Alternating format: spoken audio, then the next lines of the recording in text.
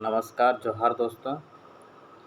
जैसा कि आप लोग को पता है, जेएसएससी सीजीएल में पेपर नंबर 2 में खोरठा पेपर आता है। खोरठा पेपर के अंतर्गत कई विधाओं में अध्ययन करना है, जो परीक्षा के लिए अनिवार्य है। इसमें है गद्य भाग है, पद्य भाग है और नाटक है, मुख्य रूप से है। इसके अलावा व्याकरण है। गद्य भाग तो कहानी से संबंधित है, पद्य भाग कविता से संबंधित है। और इस कविता के भाग में जो कवि लोग हैं उनके बारे में थोड़ा सा चर्चा करेंगे कवि परिचय के रूप में। इसमें चार प्रकार के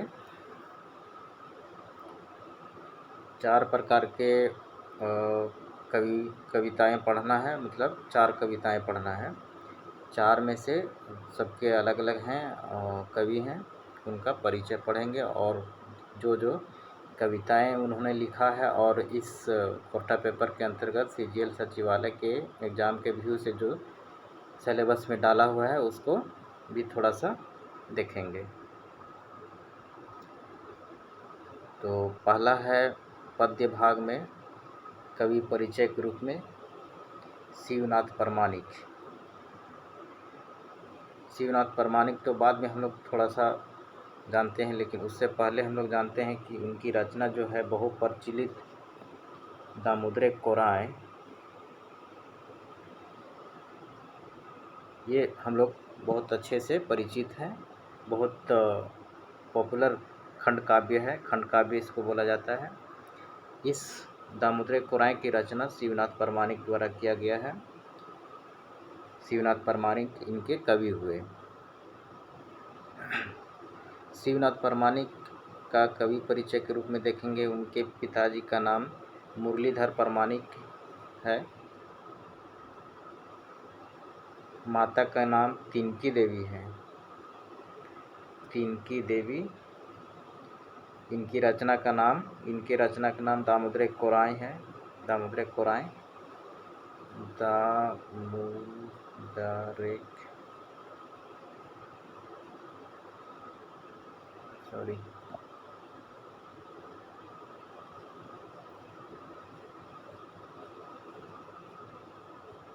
दामोदर कोराएँ हैं, लिखा नहीं पा रहा है।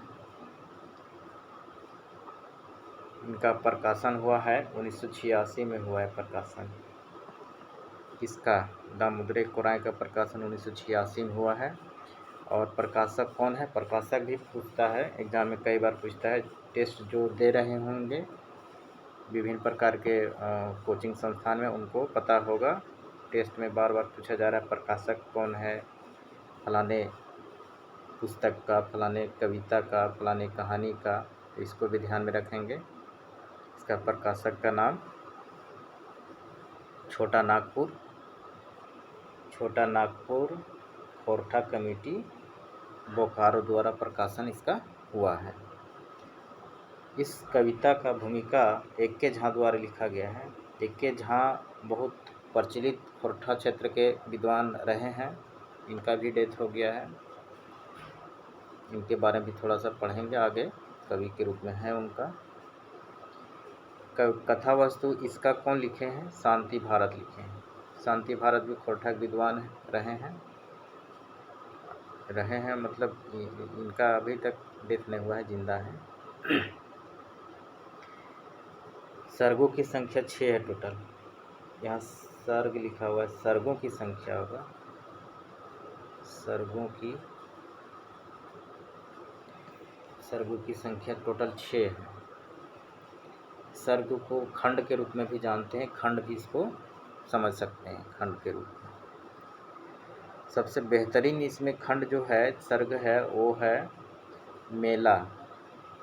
मेला और सरंची कमल। तो ऐसा खंड है, सर्ग है, जो कि काफ़ी पठनीय है, काफ़ी रुचिकर है।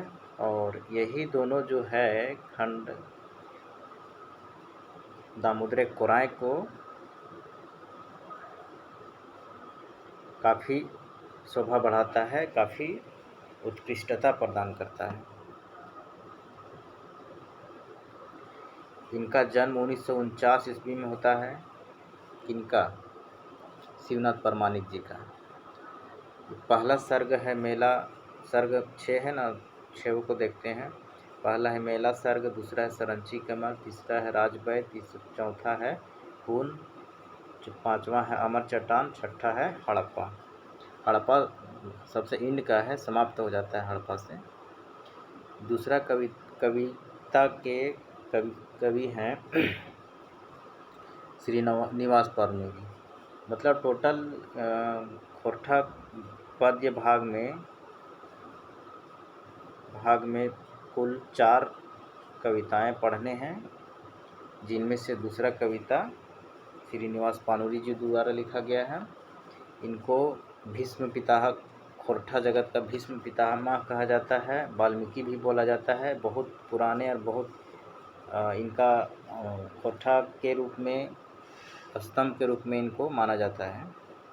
इनका बहुत मान है। इनके जन्मदिन जो है 25 दिसंबर 1950, ये 25 दिसंबर जो है 25 दिसंबर को खोरठा दिवस के रूप में मनाया जाता है पूरा झारखंड क्षेत्र में। झारखंड से बाहर भी जो खोरठा भाषी हैं वे भी मनाते हैं। तो इन्हीं के जन्मदिन पर खोरठा दिवस मनाया जाता है। दूसरा चीज़ है कि खोरठा का सबसे उत्कृष्ट पुरस्कार है श्रीनिवास पानूरी खोरठा रत्न, वह भी इसी दिवस के दिन दिया जाता है, 25 दिसंबर के ही दिन दिया जाता है श्रीनिवास पानूरी जी के जन्मदिन के अवसर पर। इनका मृत्यु 7 अक्टूबर 1986 में हुआ है। आप लोग टेस्ट देते होंगे तो इस क्वेश्चन को आप लोग हल करते होंगे। टेस्ट में आता है, कई बार आ चुका है, जो खोरठा टेस्ट हो रहा है CGL का, उसमें मृत्यु कब हुआ है। इनके पिता का नाम है शालिग्राम पानूरी। शालिग्राम पानूरी। टाइपिंग थोड़ा सा मिस्टेक हुआ है, शालिग्राम शुद्ध ऐसे होगा। नाम याद रखना है। इनके पिता का नाम शालिग्राम पानूरी। कवि परिचय के रूप में कम से कम 5 क्वेश्चन जरूर रहेगा एग्जाम से, चिंता नहीं करना है, 5 क्वेश्चन जरूर रहेगा, जैसा कि टेस्ट में भी देखने को ये मिल रहा है। इनके माता का नाम दुखनी देवी है, दुखनी देवी। इनके बचपन का भी नाम पूछा जाता है, टेस्ट में भी आ रहा है ये क्वेश्चन। बचपन का नाम इनका चीनिवास, श्रीनिवास के जगह में चीनिवास।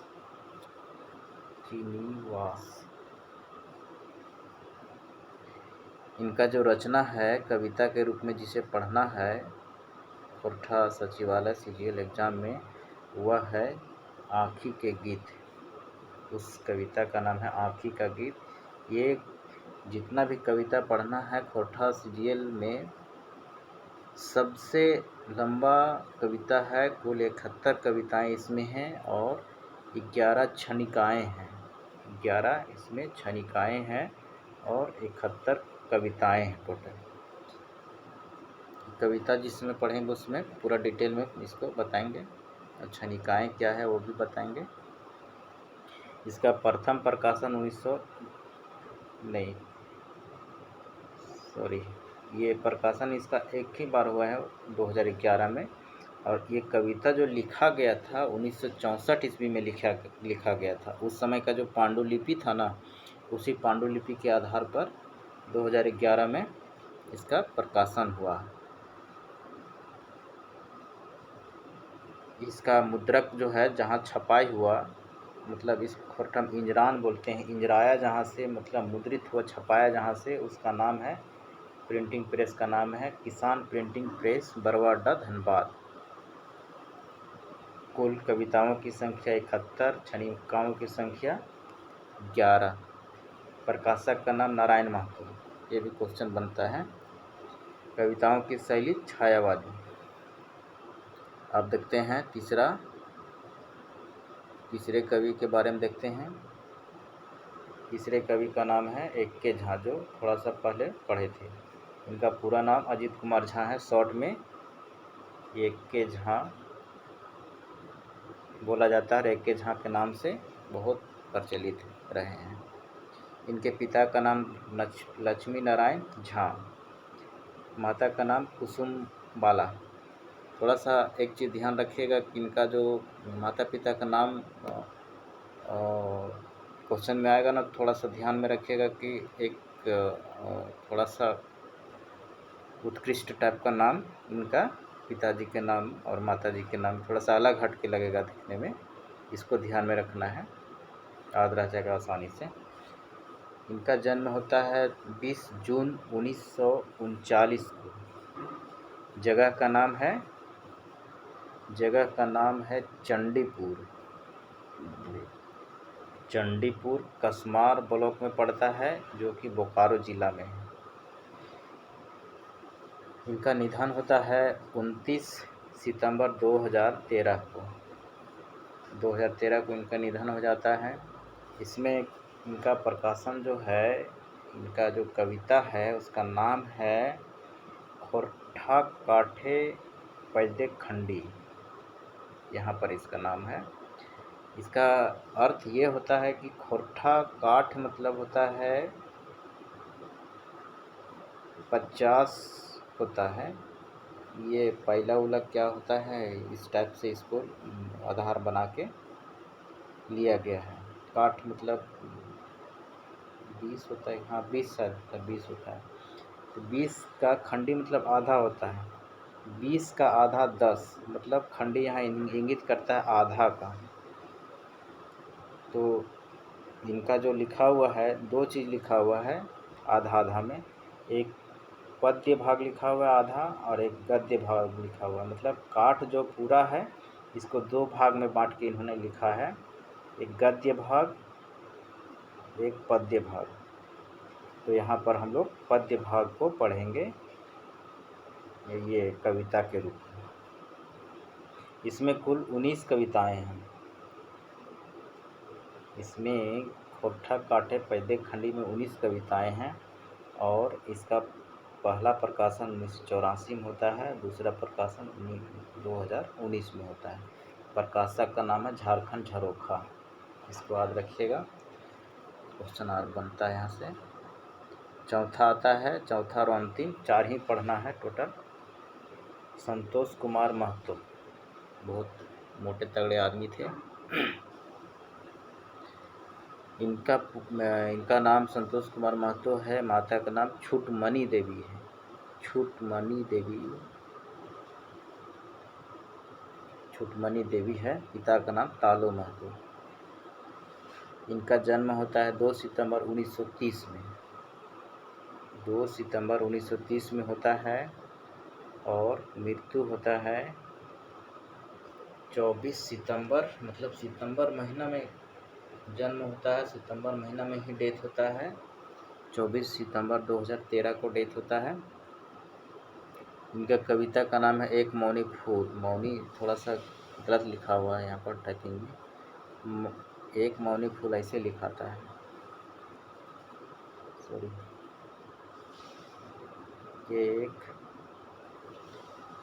मौनी फूल ऐसे करके लिखा हुआ है, टाइपिंग मिस्टेक हुआ है, इसको थोड़ा समझ लीजिएगा, सुधार लीजिएगा। पहला प्रकाशन 1986 में होता है। 1986 में जब प्रकाशन होता है तो इसका जो भूमिका है वो शिवनाथ प्रमाणिक द्वारा लिखा जाता है, शिवनाथ प्रमाणिक द्वारा लिखा गया था। दूसरा प्रकाशन 1988 में हुआ और इस बार का जो प्रकाशन हुआ था उसका भूमिका लिखने का काम B.N. ओहदार जी द्वारा किया गया। B.N. ओहदार पढ़िएगा, खोरठा निबंध है, सीजीएल खोरठा सीजीएल सिलेबस में, उसके वहाँ पर पढ़िएगा, मिलेगा। तीसरा संस्करण 2003 में हुआ, संस्करण या प्रकाशन बोल सकते हैं। एक और क्वेश्चन बनाता है इसमें, मैंने भी टेस्ट में दिया है, क्वेश्चन में आया है, टेस्ट में दिया था। अवधेश अमन चित्रकार का नाम है। फिर आगे क्वेश्चन है प्रकाशक कौन है, रामधन प्रकाशन गिरिडीह, यहीं से ये पुस्तक कविता वाला पुस्तक कविता संग्रह प्रकाशित हुआ। मुद्रण मतलब छपाई हुआ इसका गुप्ता प्रिंटिंग प्रेस, चंद्रपुरा, बोकारो से। इसमें कुल 31 कविताएं हैं। आप लोगों ने जहाँ तक ये देखा 4 कविताएं हैं, लेकिन ये कविताओं में से सब एक पुस्तक है और ये सभी पुस्तक संग्रह के रूप में, कविताओं का संग्रह सभी है। कविताओं का संग्रह, कविता माने एक कविता बोल सकते हैं, बोलते हैं, लेकिन ये सभी संग्रह हैं। एक बार इंडिकेट कर देते हैं कौन कौन कविताएं हैं। सो पहला कविता है जो कि शिवनाथ परमानी का है, दामोदर कुरान। दूसरा हो जाता है श्रीनिवास पानूरी का आँखिक गीत, आँखिक गीत। तीसरा है ए.के. झा, अजित कुमार झा का कोठा काठे पद्य खंडी। चौथा संतोष कुमार महतो का हो जाता है एक मौनी फूल।